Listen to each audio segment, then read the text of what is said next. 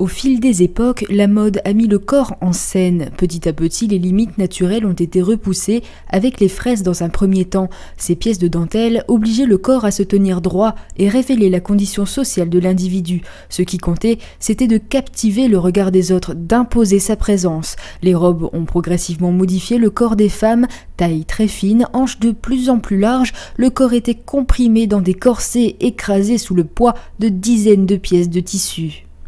Effectivement, en fait, c'est une mode spectaculaire, c'est une mode de représentation.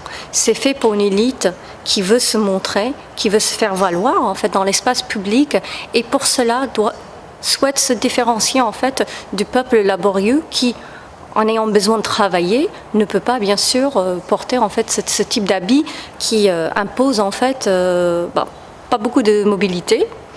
C'est très encombrant, c'est assez inconfortable, ça peut être très lourd quand il y a l'apport par exemple de fils de métal, d'or et d'argent.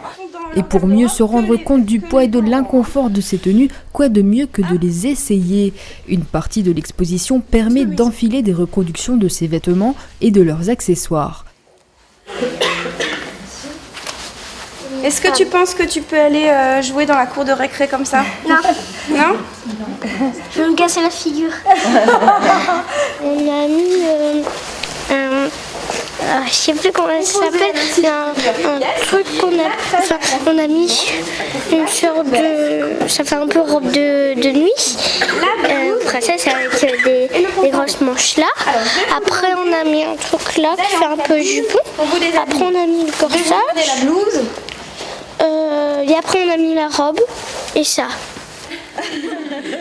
Pas de place pour les jeux de petites filles avec une robe pareille. Aujourd'hui, la mode prône la liberté du corps et des mouvements, et ce n'est pas plus mal.